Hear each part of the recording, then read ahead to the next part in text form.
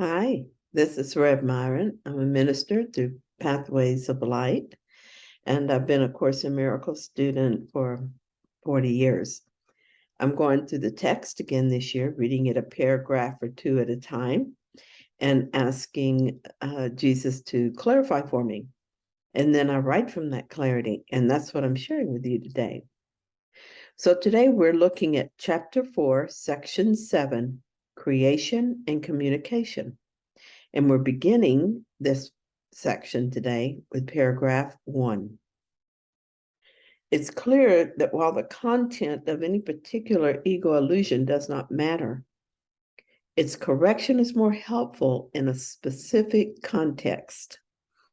Ego illusions are quite specific, although the mind is naturally abstract. Part of the mind becomes concrete, however, when it splits. The concrete part believes in the ego, and because the ego depends on the concrete, the ego is a part of the mind that believes your existence is defined by separation. So here's how I understand this. I notice that I'm worried about a dear friend who's depressed, but the truth is, my friend is love, peace, and joy. He thinks he's depressed, but how could he be? He is part of God and can be nothing else. In his mind, though, he judges his life to be a series of failures. No wonder he's depressed. But in chapter 3, Jesus tells us this: much has been seen since then, but nothing has really happened. If nothing has happened, there's nothing to make him depressed and nothing for me to worry about. The story of his life and the story of our relationship seems very real, as does the world. It all seems concrete, too concrete not to be real, and yet it is all an illusion. Nothing is real, and nothing is happening in this dream. And yet the situation is useful. There's a part of my mind that has become concrete. It is a part that believes my life is defined by the separation, which is made up of specific and separate instances. Because of this, I will learn more readily if I see the correction as specific. When someone presents a new idea, I will often ask for an example because I will understand it better if I can see how it is used. This is why the situation involving my friend is useful. I can see in this situation that I still hold on to the idea of suffering, this time in the form of depression. This gives me another opportunity to allow this belief to be corrected. As I look at my fear, I look for the underlying belief. When I find the belief, I forgive it. I ask myself why my friend's depression causes me to worry. If the answer is not immediately clear, I use root cause inquiry. This is a process that my friend Regina Dawn Akers developed. I will include a link to the full process if you want to use it for yourself. It's very effective. I begin by accepting I'm always upset because of a belief in my mind, and I become willing to see the root cause of this upset, something that may or may not be at all apparent now. Then I make an assumption. It is, if my mind were perfectly healed, nothing would upset me, not even this. Then I ask, so why does this upset me? If my answer refers to something outside my mind, I remind myself that I'm looking for the ideas in my own mind that are causing the upset.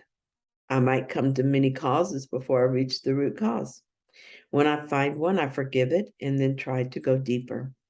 For instance, when I see my friend is depressed, it reminds me of being depressed and how dangerous that was to me.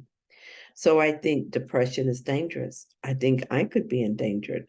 At the root of it, I think I'm not safe.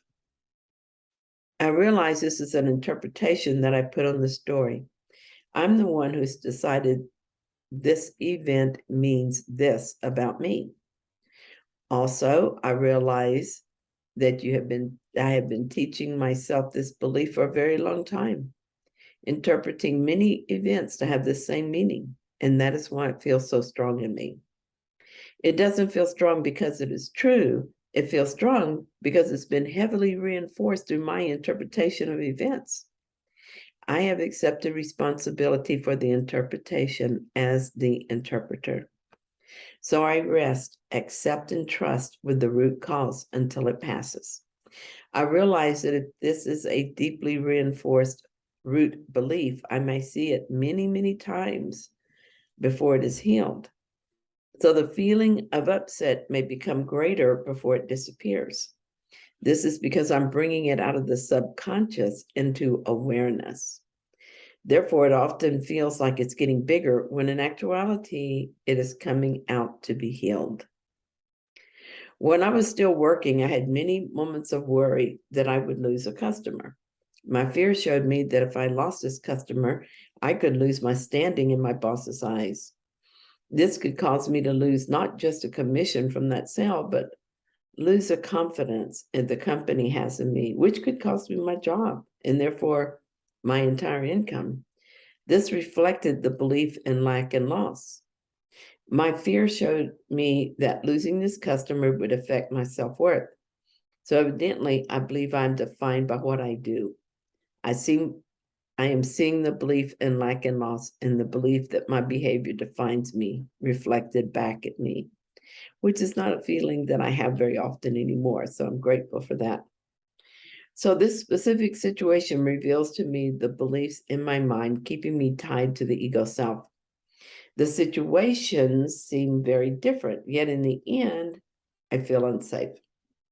For a long time, I didn't recognize these as an opportunity to forgive the belief. So when I felt unsafe for any reason because I identified with the ego, I turned to it for protection. The ego says it will protect me through my fear. If I'm afraid of losing everything, I will be careful with my customers and try to do everything right. When I think I should ask that my mind be healed so that I am living a fearless life, the ego warns that fear is the only thing protecting me from lack and loss. I must do something to be safe. This is ego trap. But the Holy Spirit has a way out of this trap. All that is required is trust. I trust that I will be healed and that healing is a good thing. I accept the atonement in this situation, whatever it may look like, and allow my mind to be healed. In this way, I will feel light and free and happy.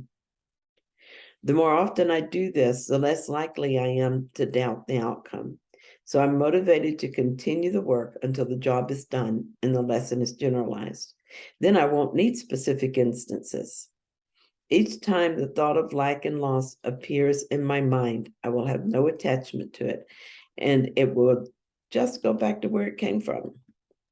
As I continue to do this with many specific instances, I realize that I need to look further with root cause inquiry.